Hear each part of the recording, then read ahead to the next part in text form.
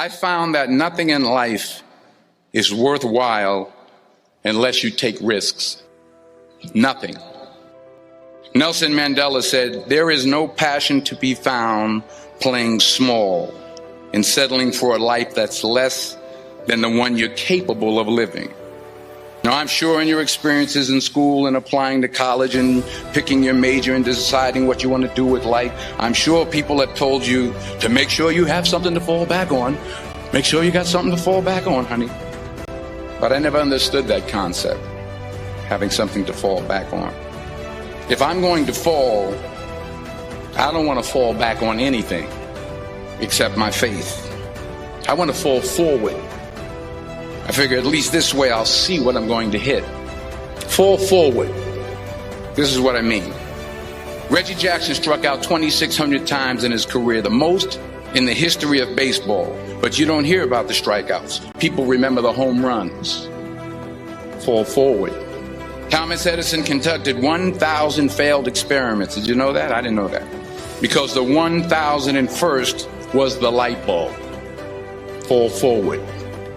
Every failed experiment is one step closer to success. You've got to take risks, and I'm sure you've probably heard that before.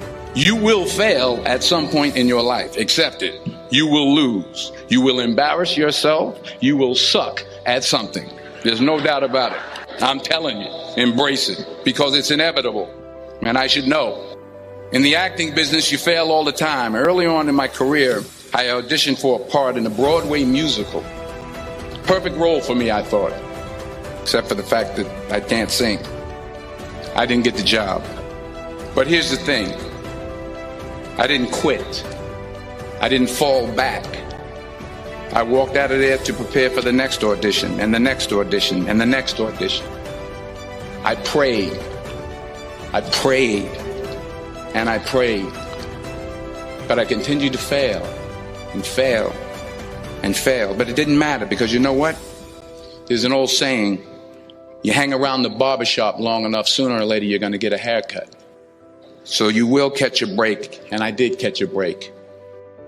If you don't fail, you're not even trying. I'll say it again. If you don't fail, you're not even trying. My wife told me this great expression. To get something you never had, you have to do something you never did. Les Brown's a motivational speaker. He made an analogy about this. He says, imagine you're on your deathbed, and standing around your deathbed are the ghosts representing your unfulfilled potential. The ghost of the ideas you never acted on. The ghost of the talents you didn't use. And they're standing around your bed, angry, disappointed, and upset. They say, we came to you because you could have brought us to life, they say. And now we have to go to the grave together. So I ask you today, how many ghosts are going to be around your bed when your time comes? So you got to get out there. You got to give it everything you got, whether it's your time, your talent, your prayers, or your treasures. So the question is, what are you going to do with what you have? I'm not talking about how much you have. Some of you are business majors. Some of you are theologians, nurses, sociologists. Some of you have money. Some of you have patience. Some of you have kindness. Some of you have love. Some of you have the gift of long suffering. Whatever it is, whatever your gift is, what are you going to do with what you have? Sometimes it's the best way to figure out where you're going. Your life will never be a straight path. And I can't think of a better message as we send you off today. To not only take risks, but to be open to life, to accept new views, and to be open to new opinions. Because the chances you take, the people you meet, the people you love, the faith that you have, that's what's going to define you. Never be discouraged. Never hold back. Give everything you got. And when you fall throughout life, and maybe even tonight after a few many glasses of champagne, remember this: fall forward.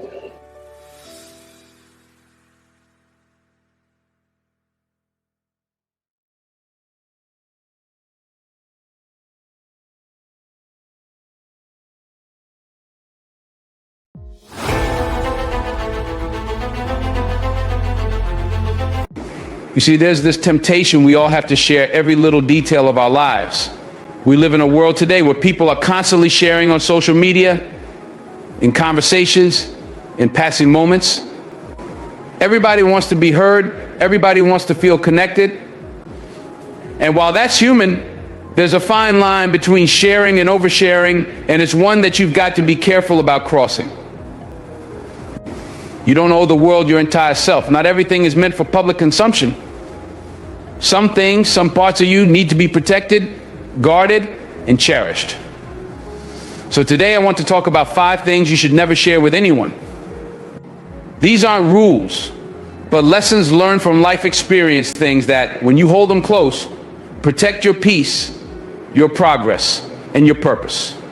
Number 1, your plans. Let me tell you something, one of the most common mistakes people make is getting ahead of themselves, talking about their plans too soon. It's easy to do. When you have a vision, when you're excited about something, you want to tell the world. You want to share that spark of hope you've got inside you. But here's the thing, that dream of yours, it's fragile. It's like a newborn baby, delicate and still growing. It needs protection. It needs nurturing.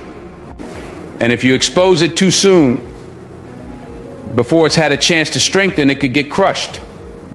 You see, a dream, a plan, an idea, it's all potential. And potential needs time. It needs space to develop, to grow roots before it can stand on its own. But when you start talking about it too early, you risk exposing it to things it's not ready for. Negativity, doubt, and even envy from others can be like poison to a fresh dream. You might think that by sharing your vision, you're just being open, that you're creating excitement, but not everyone you tell is going to have the same reaction. Not everyone is going to feel the way you do. Some people won't understand your vision at all. They'll look at your dream and won't be able to see what you see. They'll question you, tell you it's unrealistic, or say you're aiming too high. And you know what? Sometimes that's all it takes to shake your confidence, to make you second guess yourself. Suddenly that excitement it turns into doubt. You start thinking, maybe they're right. Maybe I'm not ready. Maybe this is too much.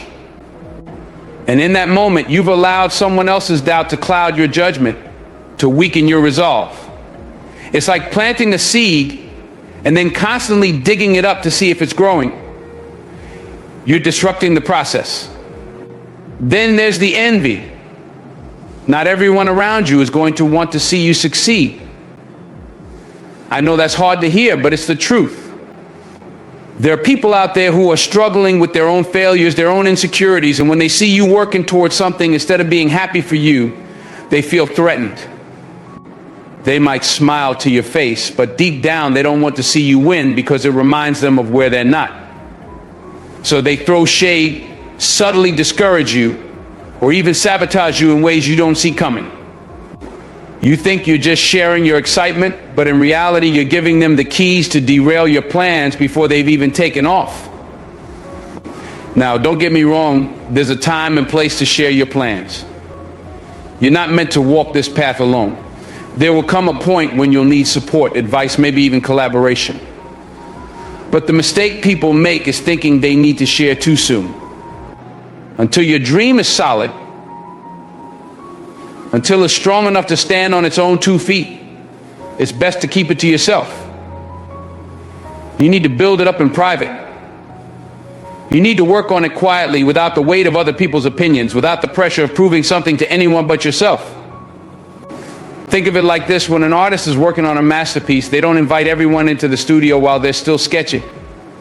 They don't need an audience when they're in the middle of their process. They wait until the piece is finished, until they're ready to unveil it to the world. And when they do, the world sees the final product, the polished, completed vision, not the rough drafts and unfinished strokes that came before it.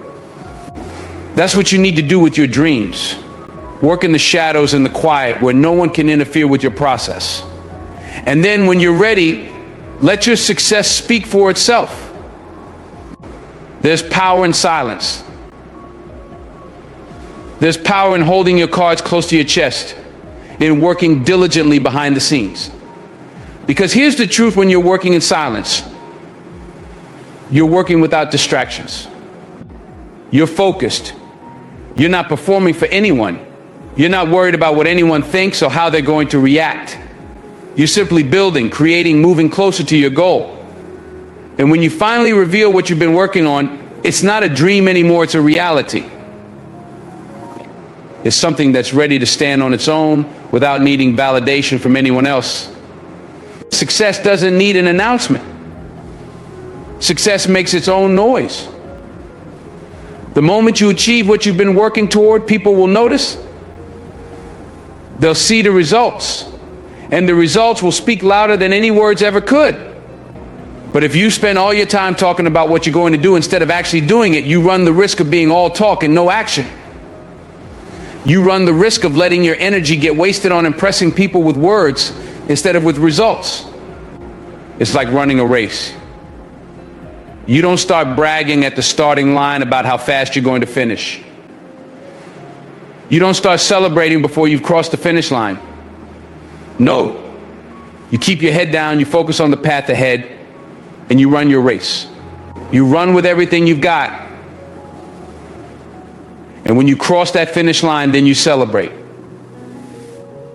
Because you've earned it. You've completed the journey. But you don't get ahead of yourself. You don't let distractions pull you away from what matters: the work, the process, the grind. So keep your plans close. Share them with only those you trust completely. Those who genuinely want to see you succeed and will support you along the way. But even then, be cautious. Know that your dream is your responsibility, and it's up to you to protect it. Not everyone is going to see what you see, and that's okay.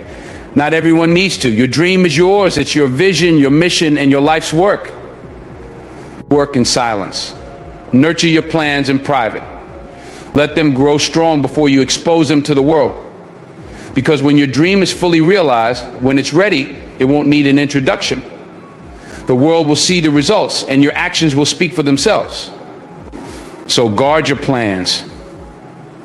Protect them like your life depends on it, because in many ways it does. 2, your personal struggles. Everybody's got struggles. Life is hard, and that's a truth we can't avoid. We all face moments when it feels like everything is coming down on us at once. The days when we can't seem to catch a break, when the pressure builds and weighs on our spirit, pushing us to the point where we feel like we can't keep going. It's a reality for every person walking this earth. But here's the thing: just because you're going through something doesn't mean you have to put it all on display for the world to see. There's a quiet strength in handling your struggles with privacy. Now, I'm not telling you to hold everything inside and try to be some kind of superhero. Everyone needs help, and we all need people who have our back when times get rough. But your personal struggles, the things that truly challenge you at your core, don't need to be public information. Not every battle you fight needs to be shared with everyone. You've got to learn to discern who deserves to know what's really going on with you. Because when you open up to the wrong people, you risk putting yourself in a vulnerable position, one where people might judge you, criticize you, or worse, use your weaknesses against you. You see, people love to talk.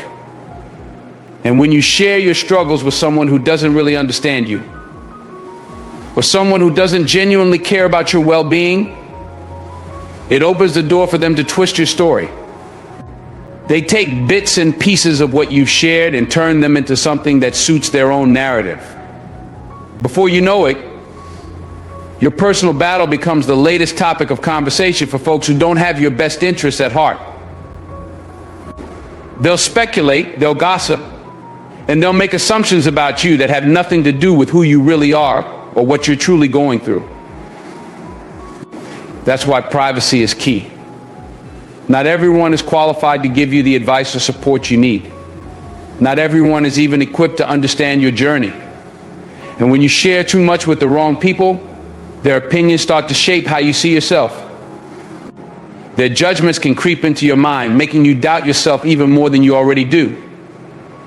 And in that space of doubt, you might start to believe the lies they've built around your struggles, instead of holding on to the truth of who you are and what you're capable of overcoming. Your struggles are personal. They are a part of your story, yes, but they don't define you. They are not a measurement of your worth or your ability. Just because you're going through something doesn't mean you are less than.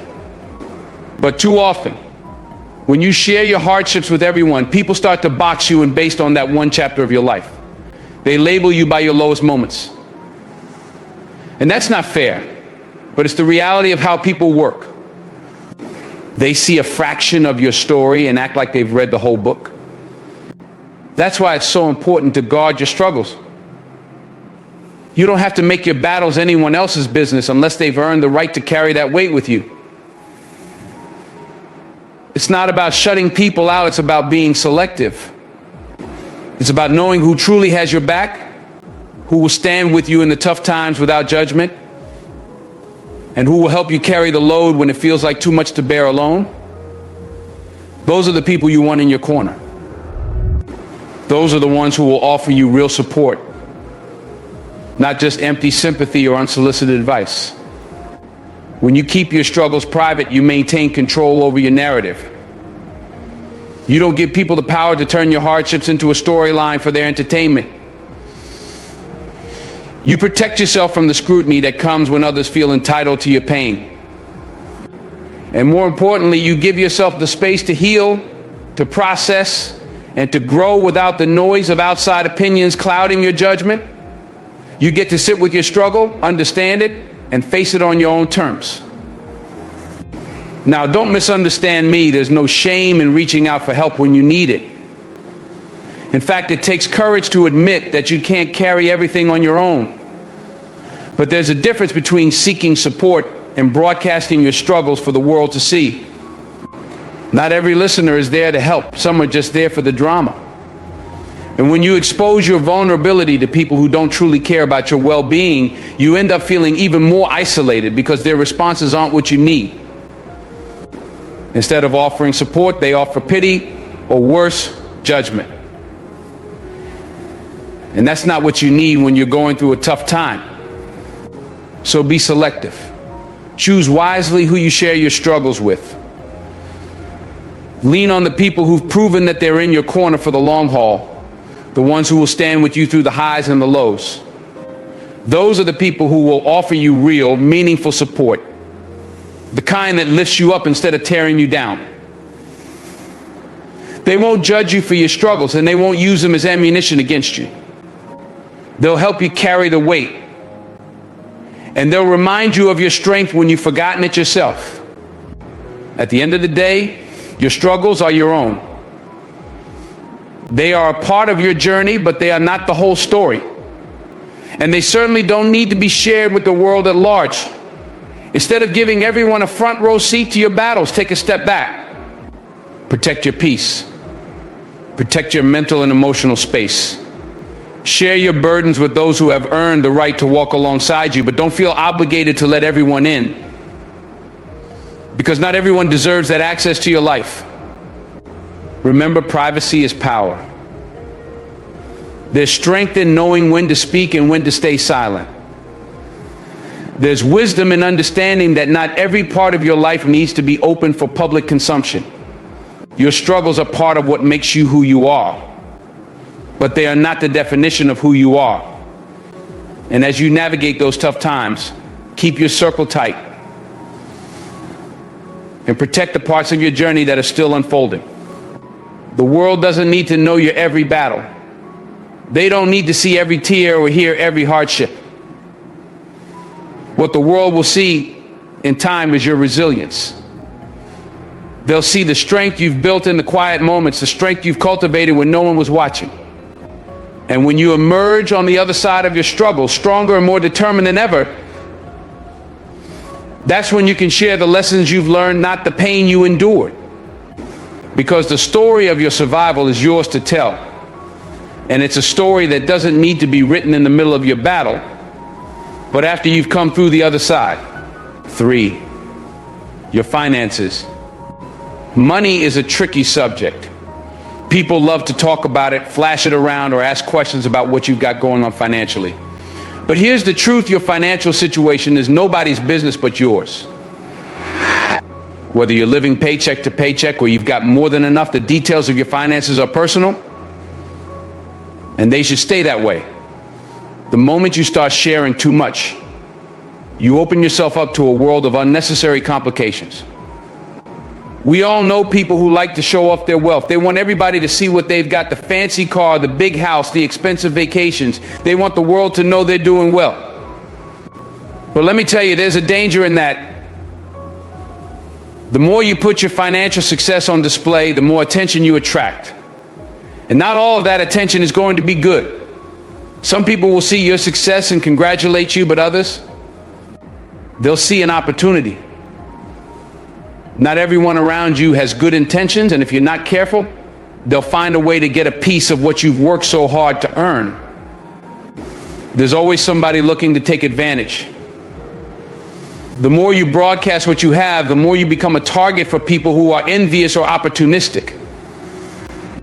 They might come to you asking for favors, pretending to be your friend, but deep down, they're only interested in what they can get from you. And before you know it, if you're not careful, you'll be drained emotionally, mentally, and financially. It's a slow process, one that can sneak up on you if you're not paying attention. And let's flip the script for a second. What happens when you're struggling financially and you start telling people about it? That's just as dangerous, if not more. When you let the wrong people in on your financial difficulties, you open the door to all kinds of judgment, pity, and manipulation. People love to talk, and they're quick to gossip. Once you share your financial struggles, you give them ammunition to spread rumors or cast judgment on you. Suddenly, your private struggles become public knowledge, and you're not in control of the narrative anymore.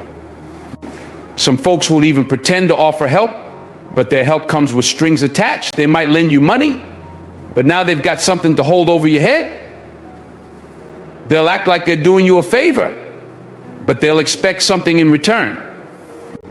It might not be immediate, but trust me, they'll collect eventually. And once they've got that hold on you, it's hard to break free. The thing about money is that it's a tool. It's a resource that you use to live your life, but it's not something that needs to define you or your relationships with others. When you start sharing too much about your finances, you risk letting it take over how people see you, how they treat you, and even how they approach you. Whether you have a lot or a little, your financial situation shouldn't be the reason people are drawn to you or pushed away from you. That's why it's so important to keep your finances private. It's not about being secretive, it's about being smart. You don't need to broadcast every financial win or struggle to the world. You don't need to explain yourself or let anyone in on your financial details unless it's absolutely necessary. The only people who should know the ins and outs of your finances are those you trust completely, people who have your best interests at heart, people who will give you sound advice and won't use your financial situation to manipulate or take advantage of you. And when it comes to money, trust is key.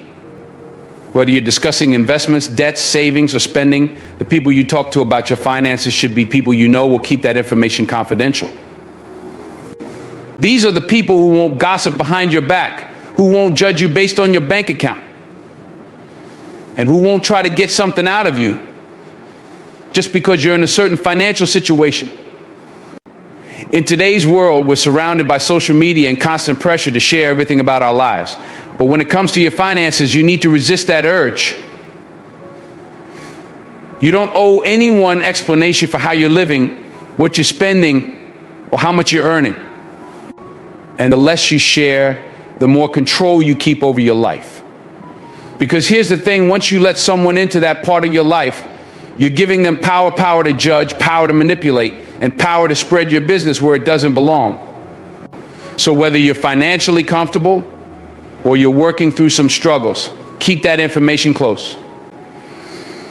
Guard it. Not everyone needs to know what's going on with your money. The only time you should be discussing your finances is when it's with someone you trust completely, someone who's in your corner for the right reasons.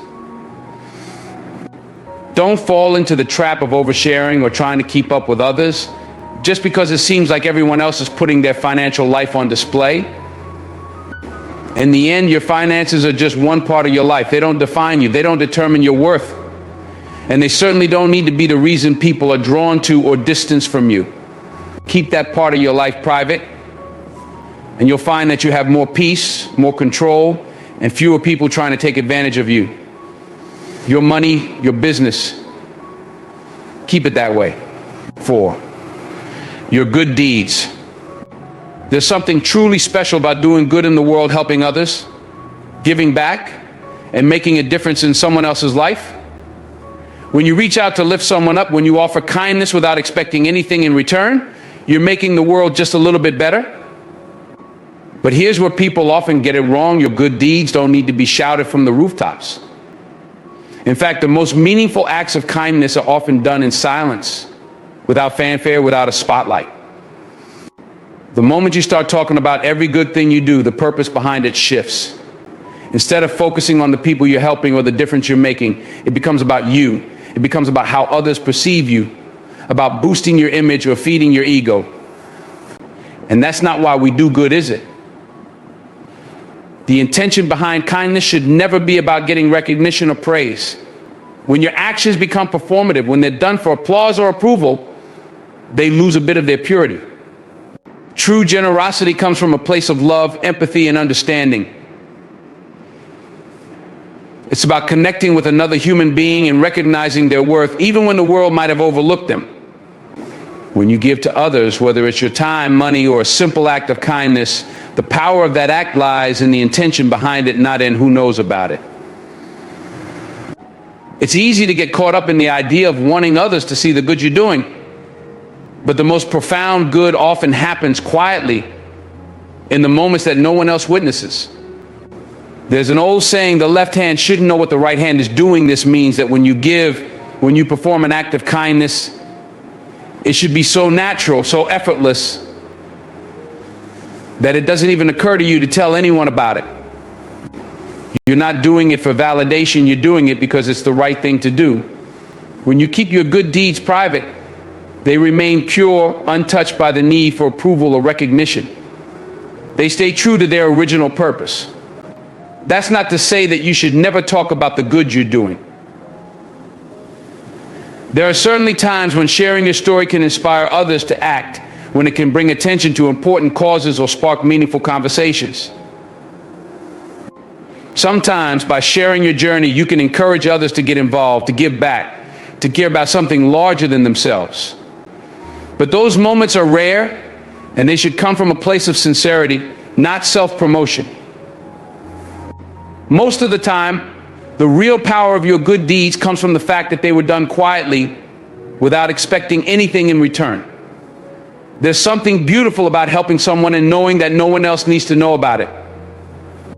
It's like planting a seed. You don't need to see it grow to know that you've done something worthwhile. The act itself is enough. You don't need applause to validate your kindness. The impact is felt whether or not anyone else is aware of it. When you start broadcasting your charitable work, it can cheapen the act. It turns something that should be selfless into something performative. Instead of being about the people you're helping, it becomes about the attention you're seeking. And while it might feel good to receive recognition for doing good, that's not the reason we do it. If your motivation for helping others is rooted in how it makes you look, then you're missing the point entirely. The most genuine acts of kindness are done with no expectation of repayment, no hope for praise. They come from the heart, from a desire to make the world a better place.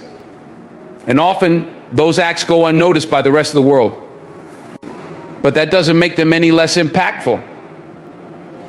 In fact, sometimes the most significant changes happen when no one is watching. You never know how far a single act of kindness can ripple through someone's life. Keeping your good deeds private doesn't mean you're hiding them. It means you understand that the value of what you do doesn't depend on who knows about it. The world doesn't need to applaud you for you to know you've done something meaningful. The person you helped, the difference you made, that's the true reward. The gratitude you see in someone's eyes, the relief in their voice, that's the recognition that matters. So the next time you find yourself doing something good, Pause for a moment before you share it. Ask yourself why you feel the need to tell others. If it's to inspire or to spread awareness, then share with purpose.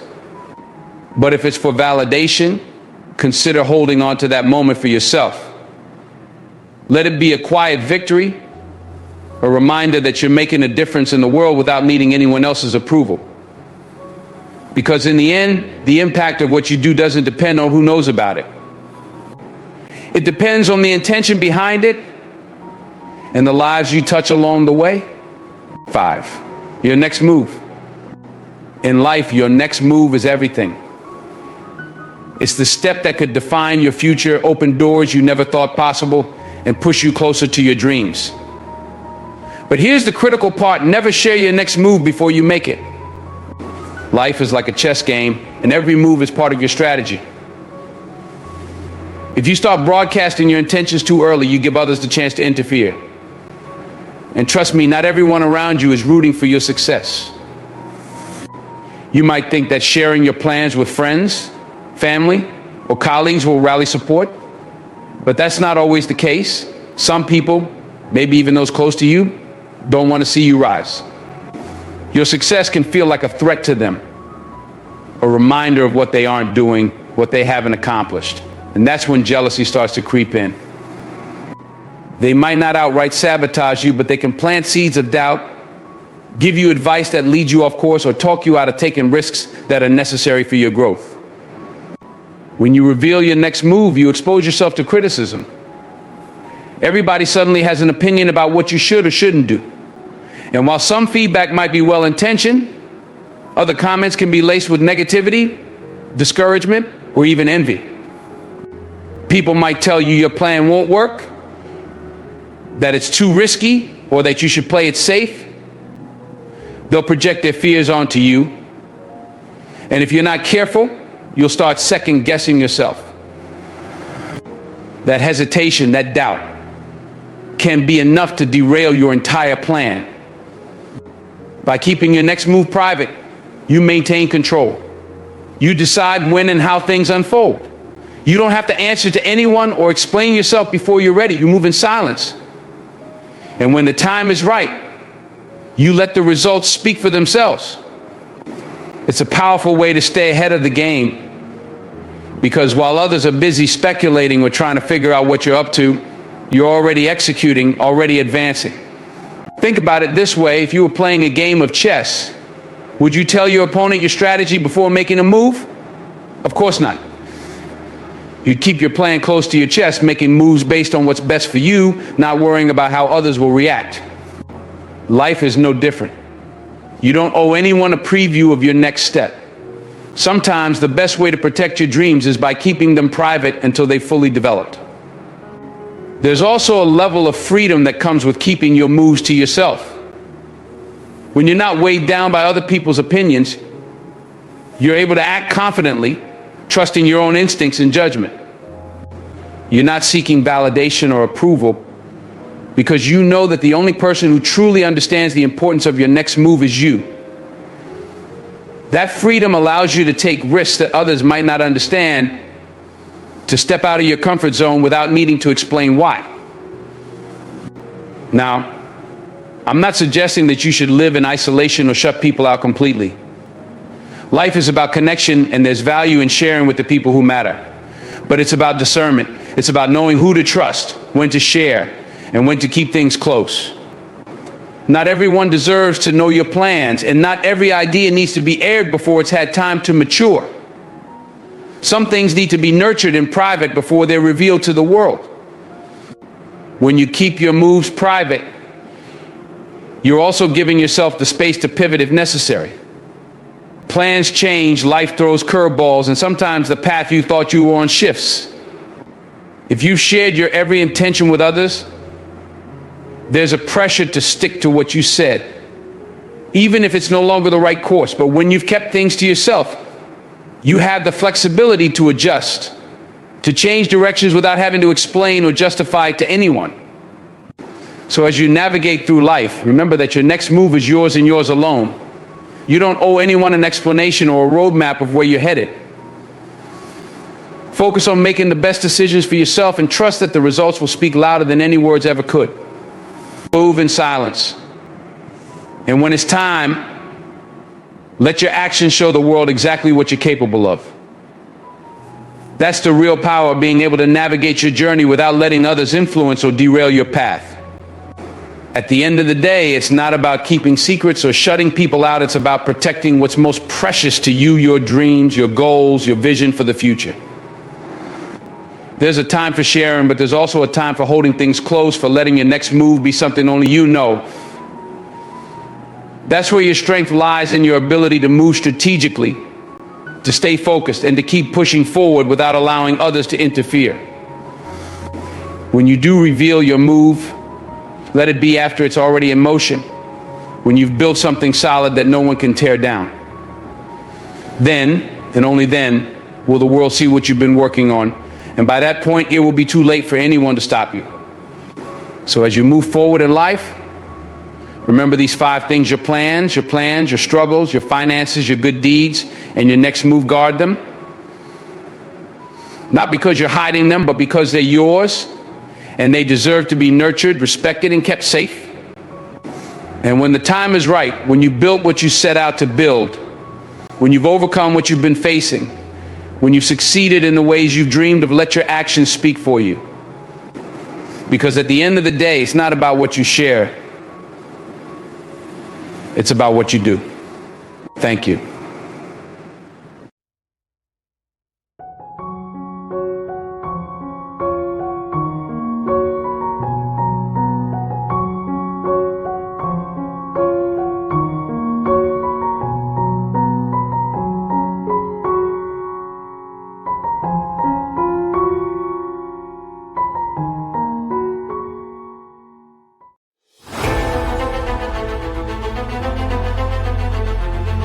Hey there, let's talk about something that's been on my mind lately: emotionally detaching from someone. It's a tough subject, I know, but it's so important to understand how to do this in a healthy way. Because the truth is, sometimes we find ourselves in situations where we need to create some distance between ourselves and another person, whether it's a romantic partner, a friend, or even a family member. Now, I want to be clear, I'm not talking about completely cutting someone out of your life. That's not always necessary or even advisable. What I'm talking about is learning how to set boundaries, how to protect your own emotional well-being, and how to avoid getting too caught up in someone else's drama or negativity. So let's dive in. The first rule of emotionally detaching from someone is to recognize when it's necessary. This can be tricky because our emotions can cloud our judgment. We might feel loyal to someone even when they're treating us poorly. We might feel guilty about pulling away even when it's the healthiest thing for us to do. But here's the thing: you have to trust your gut. If you're feeling drained, anxious, or unhappy after spending time with someone, that's a red flag. If you're constantly making excuses for their behavior or trying to fix their problems, that's another sign that you might need to step back. The second rule is to set clear boundaries. This means communicating your needs and expectations clearly and firmly. It might mean saying no to certain requests or invitations. It might mean limiting the amount of time you spend with someone or the topics you're willing to discuss with them. The key is to be assertive without being aggressive. You don't need to be mean or confrontational, but you do need to be direct. Remember, setting boundaries isn't about punishing the other person, it's about taking care of yourself. The third rule is to focus on your own growth and happiness. When we're emotionally entangled with someone, it's easy to lose sight of our own needs and goals. We might put their desires ahead of our own or neglect our own self-care in order to be there for them. But the truth is, you can't pour from an empty cup. If you're not taking care of yourself physically, mentally, and emotionally, you won't have anything to give to others. So make sure you're prioritizing your own well-being. Pursue your passion, spend time with people who uplift you, and practice self-compassion. The fourth rule is to let go of the need to control the situation or the other person. This can be especially hard if you're a natural caretaker or problem solver. You might feel responsible for the other person's happiness or success, or you might worry that if you're not there to help them, something terrible will happen. But the reality is you can't control anyone else's life or choices. You can offer support and guidance, but ultimately they have to take responsibility for their own actions and consequences. Trying to control the situation will only lead to frustration and resentment on both sides. The fifth and final rule is to give yourself permission to move on. This doesn't necessarily mean ending the relationship altogether, although in some cases that might be necessary. What it means is allowing yourself to let go of the emotional attachment and create a new dynamic that works better for you. This might involve spending less time together, being less emotionally invested, or even just changing the way you think about the relationship. It's okay to grieve the loss of what you had, but don't let that grief hold you back from creating something new and better. Now, I know that emotionally detaching from someone is easier said than done. It can be a long and difficult process, especially if you have a history with that person or if you're prone to people pleasing. But I promise you, it's worth it. When you learn how to set healthy boundaries and prioritize your own well-being, you free yourself up to create more fulfilling relationships and pursue your own dreams. You stop wasting energy on people and situations that don't serve you and start investing in the things that truly matter to you. So if you're struggling to emotionally detach from someone right now, I want you to know that you're not alone. It's a common challenge that many of us face at some point in our lives. But I also want you to know that you have the strength and the wisdom within you to handle it with grace and resilience. Start by taking small steps. Set one boundary at a time. Practice self-care every day, even if it's just for a few minutes. Surround yourself with people who support and encourage you. And most importantly, be patient and compassionate with yourself. Remember, emotionally detaching from someone doesn't mean you're heartless or uncaring. It means you're wise enough to know when a relationship is no longer serving you and brave enough to do something about it. It means you value yourself enough to create the kind of life and connections that truly nourish and inspire you. So keep going, keep learning and growing and trusting yourself, and know that on the other side of this challenge lies a whole world of possibility and joy. You've got this, and you deserve nothing less than the very best. Now, I want to take a moment to acknowledge that emotionally detaching from someone can be incredibly painful, especially if it's someone you care about deeply. It's natural to feel a sense of loss or grief, even if you know it's the right thing to do. But here's the thing, that pain is a sign that you're growing. It's a sign that you're breaking free from old patterns and beliefs that no longer serve you. It's a sign that you're creating space for something new and better to come into your life. So don't run from the pain. Don't try to numb it or avoid it. Instead, lean into it. Allow yourself to feel it fully without judgment or resistance. Cry if you need to. Scream into a pillow. Write in a journal. Do whatever you need to do to express and release those emotions in a healthy way. And then, when you're ready, start to focus on the future. Start to imagine what kind of life you want to create for yourself and what kind of relationships you want to attract. Use the pain as fuel to propel you forward towards your deepest desires and highest potential. Because here's the thing, you are not defined by your past relationships or experiences. You are not limited by the choices you've made or the challenges you face. You have the power to create your own reality, to shape your own destiny, and to choose who you want to be in this world. So don't let anyone else's negativity or dysfunction hold you back.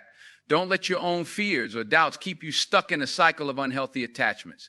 Trust your instincts, honor your boundaries, and keep moving forward one step at a time.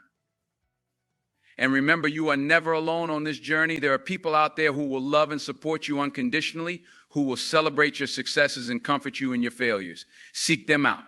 Surround yourself with them.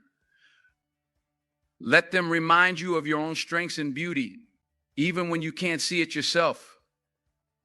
Because at the end of the day, emotionally detaching from someone is not about rejecting love or connection. It's about creating space for the right kind of love and connection to enter your life. It's about saying yes to yourself, yes to your dreams, and yes to the incredible possibilities that lie ahead. So keep going, my friend. Keep growing and learning and evolving. Keep opening your heart to the magic and mystery of this beautiful, messy, complicated world we live in. And know that whatever challenges you face, whatever obstacles you encounter, you have the resilience and the courage to overcome them and to create a life that truly lights you up from the inside out. In the end, emotionally detaching from someone is not about losing something or someone. It's about gaining something, a deeper sense of self, a clearer vision of what you want, and a greater capacity for true, authentic, soul-level connection. It's about learning to love yourself first so that you can love others more fully and freely. It's about creating boundaries that protect your energy and your peace so that you can show up in the world as your best and brightest self. And it's about trusting the journey, even when it feels hard or scary or uncertain. Because the truth is, life is too short to stay stuck in relationships or situations that don't truly nourish and inspire us. We all deserve to feel seen, heard, and valued for who we are. We all deserve to have relationships that uplift us, challenge us, and help us grow into the fullest expression of ourselves. So if you're in the process of emotionally detaching from someone right now, I want you to know that I'm proud of you. I'm proud of you for being brave enough to listen to your own heart, even when it's telling you something difficult or painful. I'm proud of you for being willing to let go of what no longer serves you, even when it feels scary or uncertain. And I'm proud of you for taking a stand for your own happiness and well-being, even when the world around you might not understand or support your choices. Keep going, my friend. Keep trusting yourself. Keep honoring your own needs and desires, and keep moving forward with courage and conviction. Because on the other side of this challenge lies a whole new world, a possibility, a world where you get to create the kind of life and love that truly sets your soul on fire. And remember, no matter what happens, no matter how hard things get, you are never alone. You are surrounded by a universe that loves you, supports you, and wants to see you thrive. You are connected to a power and a presence that is greater than any obstacle or challenge you could ever face. So lean into that power, trust in that presence, and know that whatever happens, you have the strength, the wisdom, and the resilience to handle it with grace and ease. You've got this, my friend, and I'm cheering you on every step of the way. It's important to remember that healing is not a linear process. There will be days when you feel strong and empowered, and there will be days when you feel sad, angry, or confused. There will be moments when you question your decision, and moments when you feel more certain than ever that you're doing the right thing. And that's okay. That's all part of the process. The key is to keep moving forward, even when it feels hard or uncomfortable. To keep showing up for yourself, even when you don't feel like it. And to keep believing in your own worth and value, even when others might try to convince you otherwise. One of the most important things you can do as you navigate this process is to surround yourself with a strong support system. This might include friends, family members, or even a therapist or counselor who can offer guidance and perspective. It's okay to lean on others for help and support when you need it. In fact, it's a sign of strength and courage to do so. But it's also important to remember that your healing is ultimately up to you. No one else can do the work for you, and no one else can give you the answers you seek. You have to be willing to look within yourself, to confront your own fears and doubts, and to take responsibility for your own growth and transformation. This might involve some deep soul searching and self-reflection. It might require you to confront some painful truths about yourself or your past relationships. It might mean letting go of old stories or beliefs that no longer serve you and embracing new ones that empower and inspire you. But through it all, remember this: you are worthy of love, respect, and happiness. You deserve to be treated with kindness, compassion, and understanding. And you have the power within you to create the kind of life and relationships that truly fulfill you, no matter what anyone else might say or do. So keep going. Keep learning and growing and evolving. Keep surrounding yourself with people and experiences that lift you up and make you feel alive. And most importantly, keep believing in yourself and your own inherent worth and value. Because the truth is, emotionally detaching from someone is not just about letting go of them. It's about making space for something new and better to come into your life. It's about creating room for growth, for joy, for love, and for all the incredible possibilities that await you on the other side of this challenge. And as you do this work, as you continue to heal and transform and evolve, remember that you are not alone. Remember that there are countless others who have walked this path before you, who have faced their own struggles and challenges and come out the other side stronger, wiser, and more resilient than ever.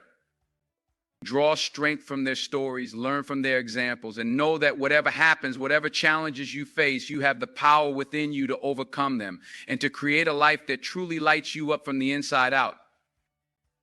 So keep going, my friend. Keep shining your light, keep spreading your love, and keep believing in the incredible power and potential that lies within you. The world needs your unique gifts and talents, and there is so much beauty and magic waiting for you on the other side of this journey. Trust the process. Trust yourself. And know that no matter what happens, you are always, always worthy of the very best that life has to offer. You've got this, and I'm cheering you on every step of the way. As you continue to emotionally detach from someone, it's important to remember that this process is not about erasing them from your life entirely. It's not about pretending they never existed or denying the impact they had on you. Rather, it's about finding a new way to relate to them, one that honors your own needs and boundaries while still allowing for compassion and understanding. This might mean setting clear limits on how much time you spend together or what topics you're willing to discuss. It might mean learning to communicate in a more assertive and self-protective way. Or it might mean simply changing the way you think about the relationship and the role it plays in your life. Whatever form it takes, remember that emotionally detaching from someone is ultimately a way of caring for yourself. It's about recognizing that your own well-being and happiness matter, and that you have the right to prioritize them in your life. And as you do this, as you learn to put yourself first and set healthy boundaries, you might find that other areas of your life start to shift and change as well. You might find yourself attracting new people and opportunities that align with your values and goals. You might discover new passions or interests that light you up from the inside out. And you might start to see yourself in a whole new light as someone who is strong, capable, and deserving of all the love and joy that life has to offer. So keep going, keep exploring and experimenting and taking risks. Keep pushing yourself out of your comfort zone and embracing new challenges and adventures. And above all, keep believing in yourself and your own inherent worth and value. Because the truth is, emotionally detaching from someone is not the end of the story, it's just the beginning of a whole new chapter. A chapter where you get to be the hero of your own journey, the creator of your own destiny, and the architect of your own happiness. And as you step into this new chapter, remember that you are not defined by your past relationships or experiences. You are not limited by the opinions or expectations of others. You are a unique and precious soul with your own special gifts and talents to offer the world. So let your light shine. Let your voice be heard. And let your heart lead the way even when the path ahead feels uncertain or unclear. Trust that the universe has your back and that everything is unfolding exactly as it should. And above all, remember this: you are loved, you are valued, and you are worthy of all the incredible blessings that life has in store for you. So keep going, my friend. Keep growing and learning and evolving. And know that no matter what happens, you have the strength, the courage, and the resilience to handle it with grace and ease. You've got this, and I'm cheering you on every step of the way.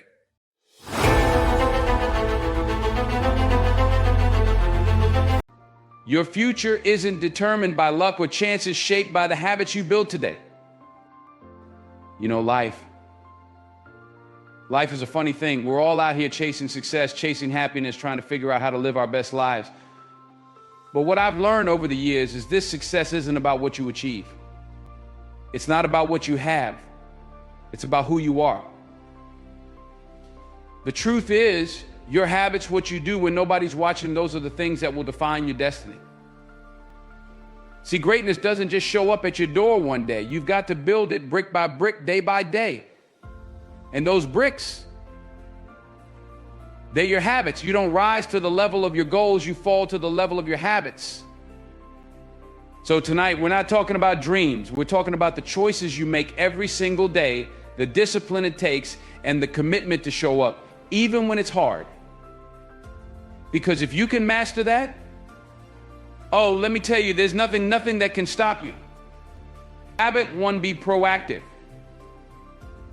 Being proactive is about mindset, but it's also about consistent, deliberate action. It's a shift in thinking where you stop seeing yourself as a passenger in life and start seeing yourself as the driver. No more sitting back and hoping things work out. You take responsibility for your outcomes because you know that your decisions, your actions, and even your attitude are shaping your reality every single day. Imagine this life throws curveballs. It's guaranteed. Unexpected challenges, setbacks, and problems are inevitable. But the proactive person doesn't sit there and let these things derail them. Instead, they anticipate obstacles. They plan ahead. They prepare themselves mentally and emotionally, so when life throws a challenge, they're ready to face it head on. It's about looking at the opportunities in every situation, even when things seem tough. Instead of saying, "Why is this happening to me?" the proactive person asks, "What can I learn from this?" They don't complain about the problem, they work on the solution. They focus on what can be done, and they do it no excuses, no waiting for someone else to take the first step. Proactive people also understand that their decisions today echo into their future. They think long term. They don't just react impulsively to what feels good in the moment. They consider how their actions today will impact their goals tomorrow. Every action, no matter how small, is aligned with their bigger purpose. Think of it like planting seeds. You don't plant them today and expect a full-grown tree tomorrow. You nurture it, water it, and protect it from the elements. Over time, it grows and bears fruit. Being proactive is that same long-term commitment, knowing that the actions you take now, no matter how small, will pay off in ways you may not even see yet. It's about creating momentum in your life. When you're proactive, you start to build positive habits that compound over time. Little by little, your consistent efforts stack up and push you forward. Proactive people are intentional with their time and energy. They don't wait for motivation, they create it through their discipline and focus. And here's the real beauty of it: being proactive gives you control, not over the world, but over yourself. It's about owning your choices, your responses, and your path forward. The more you practice it, the more resilient you become, because you're no longer at the mercy of external forces. You realize that the power to shape your life has always been in your hands. Habit 2, begin with the end. Begin with the end in mind is about vision. It's about knowing where you're going before you even start the journey. Think about it like this: if you were building a house, you wouldn't just start hammering nails into wood and hope for the best. You'd have a blueprint. You'd know exactly what the finished home should look like, how many rooms there are, where the walls and windows go. The same concept applies to your life. When you begin with the end in mind, you're essentially creating a personal vision of what you want your future to look like. It's more than just setting goals. It's about defining your values, your principles, and the kind of person you want to become. It's a conscious choice to think deeply about your long-term destination, whether in your career, relationships, health, or personal growth. Having a clear vision of the end shapes the decisions you make in the present.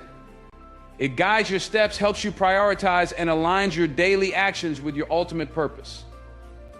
Without this clear picture, you risk drifting through life, reacting to whatever comes your way instead of taking deliberate steps toward your desired outcomes. Think about it like a compass. Your vision is your true north, giving you direction no matter what challenges you face or how lost you might feel. When distractions or setbacks come along, and they always will, having that end goal in mind keeps you anchored. It allows you to make decisions today that are in alignment with the future you want to create. But here's the thing: beginning with the end in mind also requires you to step outside of the moment and think beyond immediate gratification. It's about looking at the bigger picture. What do you truly want out of life? Not just right now, but in the long run? What kind of legacy do you want to leave behind? These are the questions that shape your path.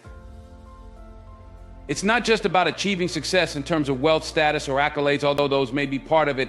It's also about fulfilling your deeper purpose, your calling. What do you want your life to stand for?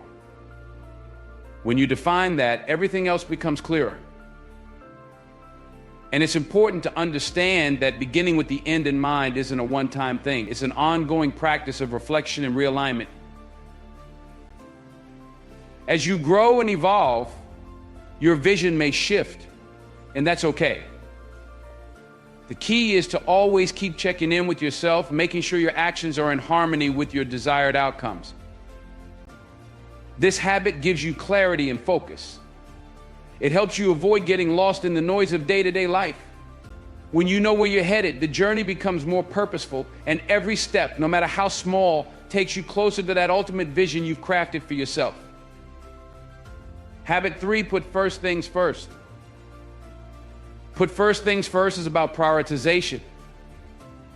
It's where the rubber meets the road. You set your vision. You know what the end looks like. But now you've got to organize your life in a way that reflects those priorities. This habit is about discipline and execution, doing the things that matter most, even when they're hard or less urgent. At its core, put first things first is about focusing on what's truly important rather than getting caught up in the noise of the urgent. It's easy to spend your time on tasks that seem pressing: emails, meetings, or daily distractions, but they might not actually move you closer to your goals. This habit challenges you to step back and ask, is this action helping me move toward the life I've envisioned? Think of your time like a bucket.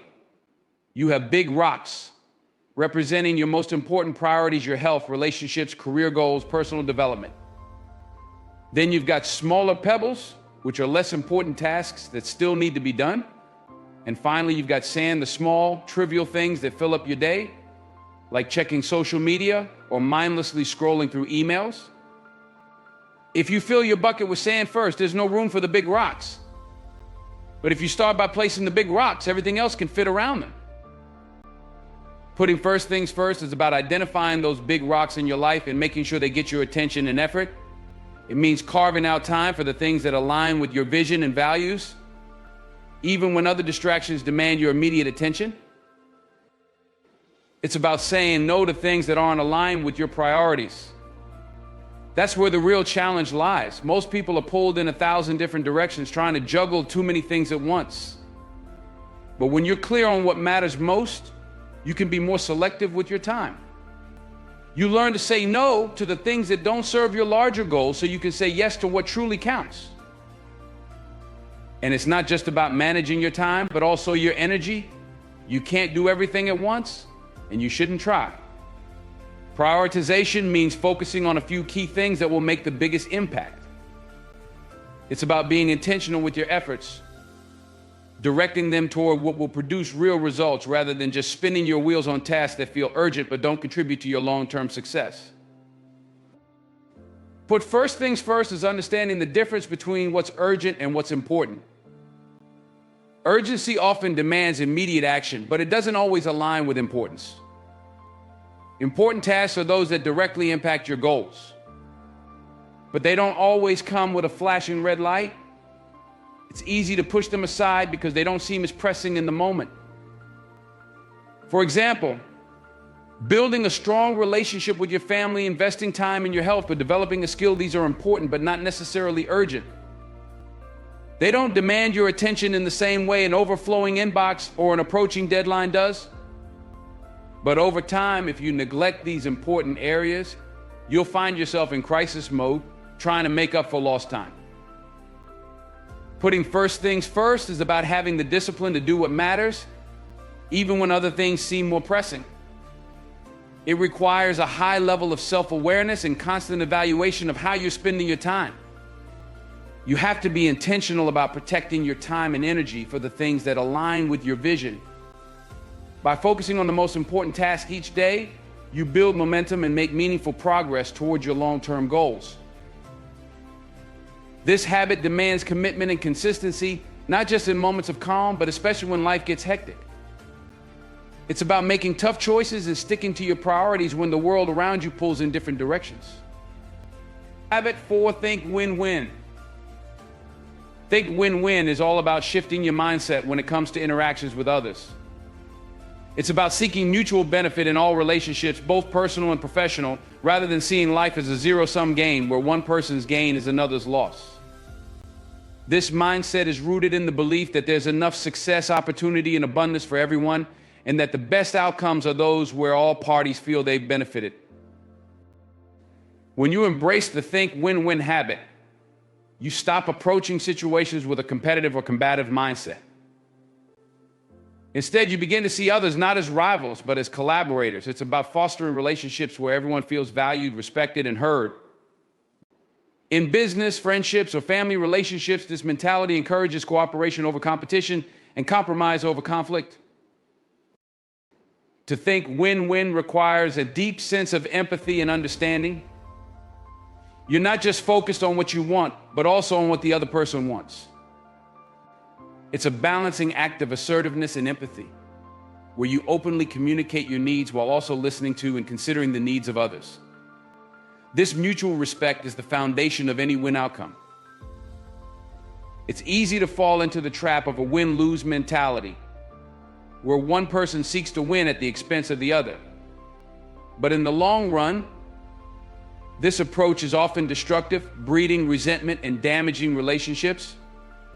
In contrast, win-win thinking builds trust, loyalty, and cooperation. It leads to solutions that strengthen relationships rather than weaken them. Win-win isn't about being soft or giving in, though. It doesn't mean sacrificing your own needs or settling for less just to make someone else happy. It's about finding solutions that are fair and mutually beneficial. You maintain your own integrity and objectives while ensuring the other party feels the same. This balance creates sustainable, healthy outcomes where both sides can thrive. One of the key elements of win-win thinking is the abundance mentality. People with an abundance mentality believe that there's enough to go around, that success and opportunity aren't limited.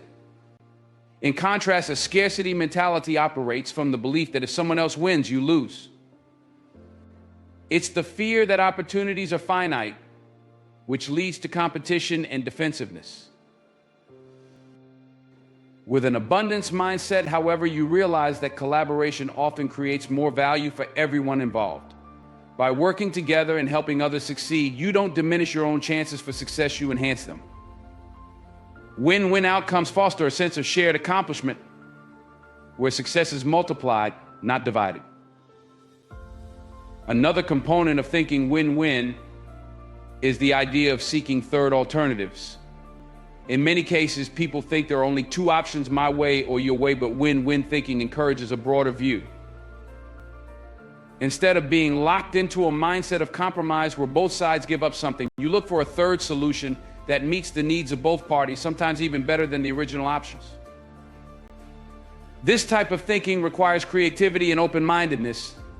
You have to be willing to move beyond your initial position, explore new possibilities, and think outside the box. By doing so, you often discover solutions that satisfy everyone involved, allowing both parties to walk away feeling like winners.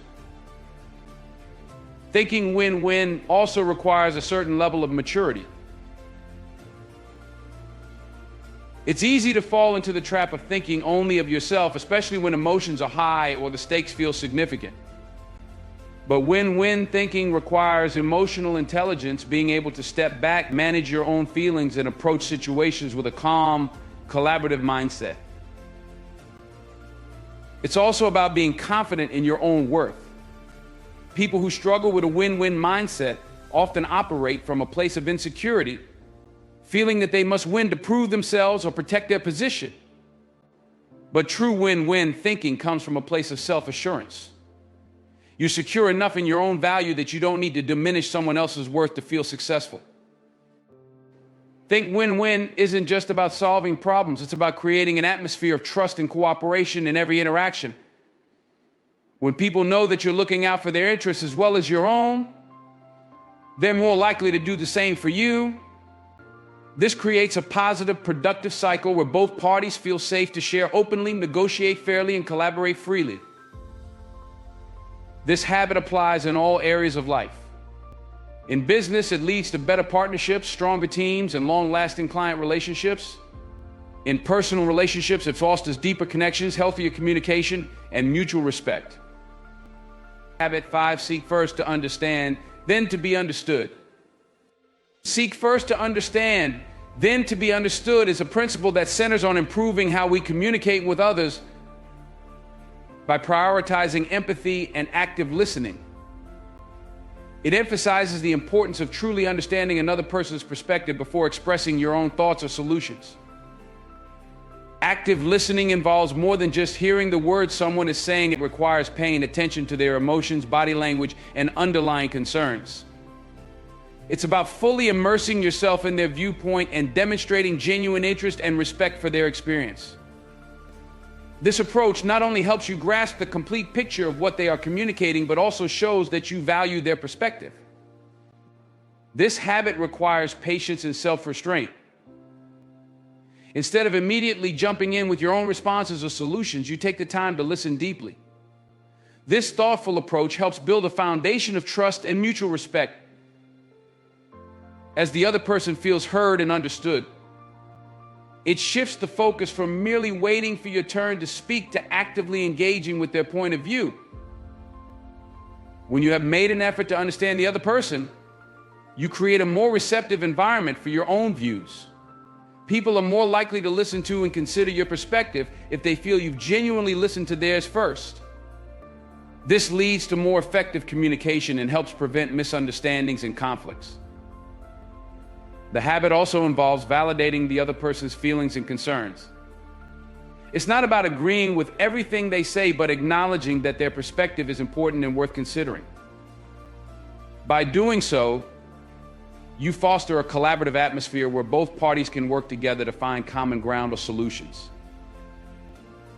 In practical terms, this habit can transform how conflicts are resolved and how relationships are built. It encourages open dialogue and facilitates a deeper connection between individuals. It's a powerful tool for creating a positive communication environment where mutual understanding and respect are at the forefront. Habit 6, synergize. Synergize is about harnessing the power of collaboration and teamwork to achieve outcomes that are greater than the sum of individual efforts.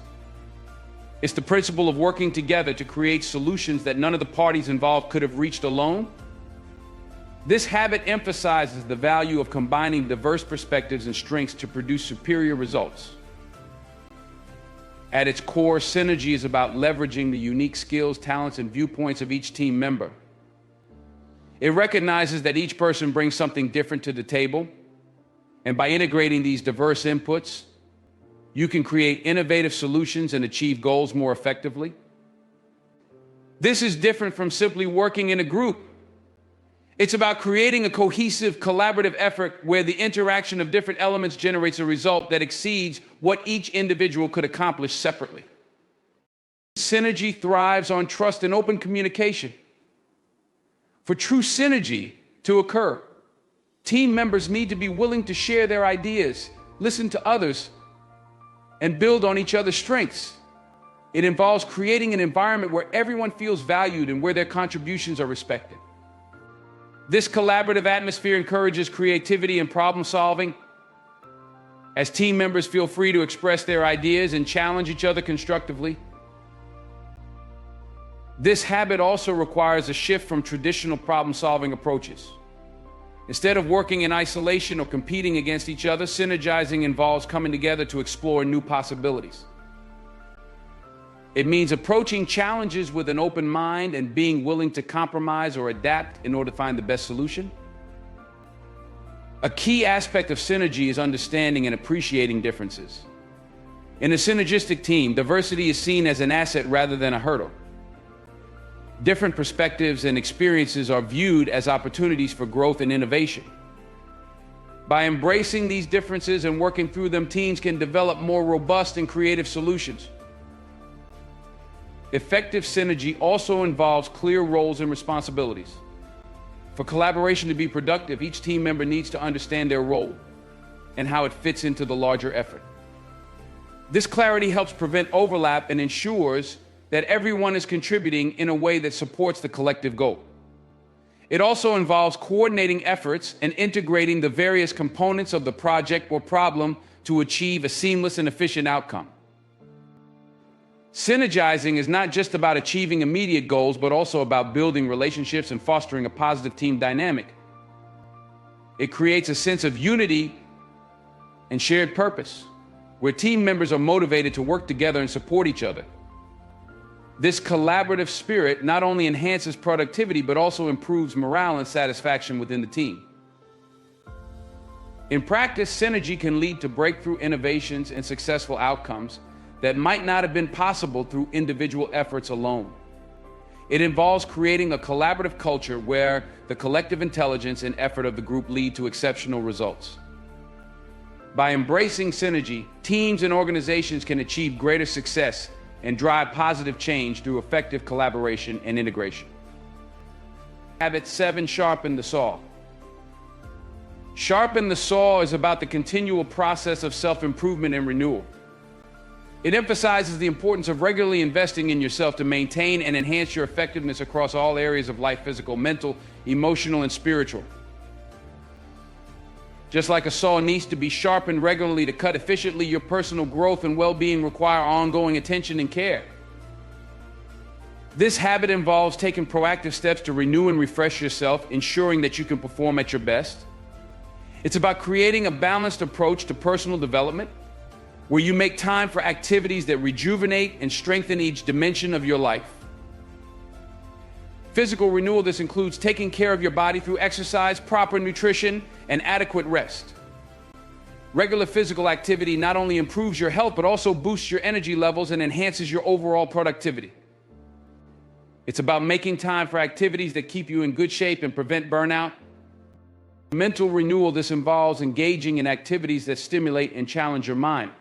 It could be through reading, learning new skills, or pursuing intellectual hobbies. Mental renewal helps keep your mind sharp, enhances problem-solving abilities, and fosters creativity. It's about dedicating time to personal growth and intellectual development. Emotional renewal: emotional well-being is about managing stress, building resilience, and maintaining a positive outlook.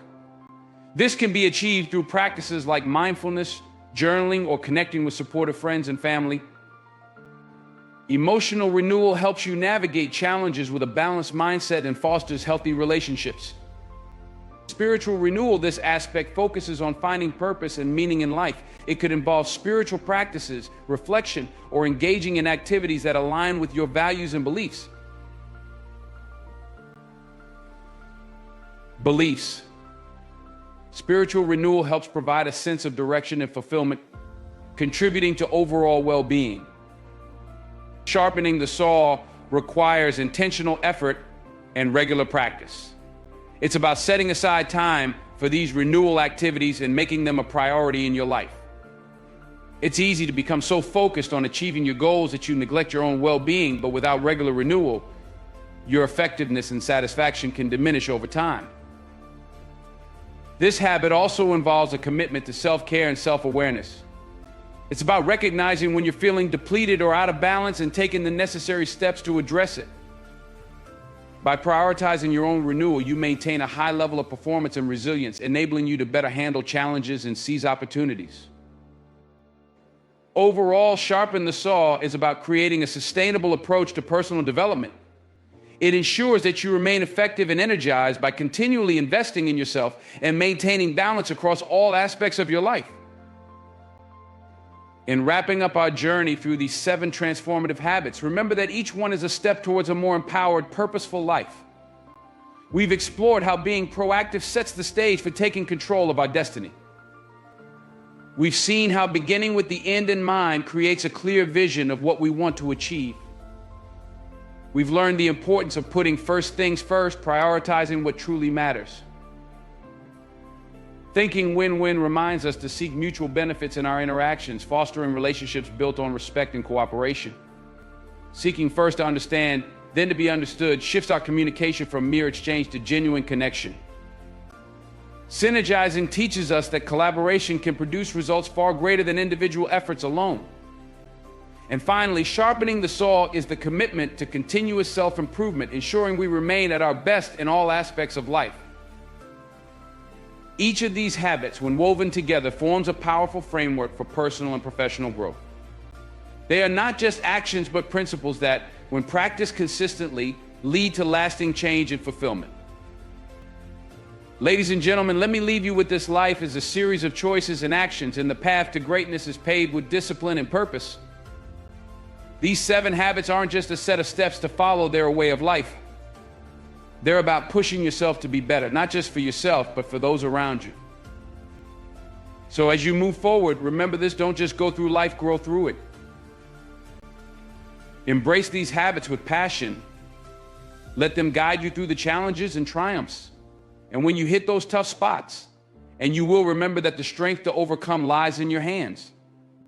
You've got what it takes to rise, to shine, and to make a difference.